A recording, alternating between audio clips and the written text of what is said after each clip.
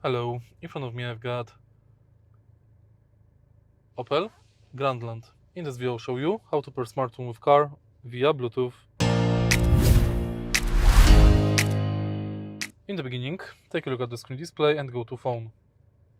Enter options, Bluetooth connection, and now tap search. On your smartphone, enter Bluetooth settings,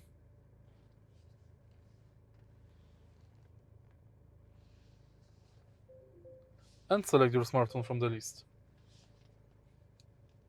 Confirm pairing on the smartphone. Now select profile, telephone, streaming, mobile, internet data.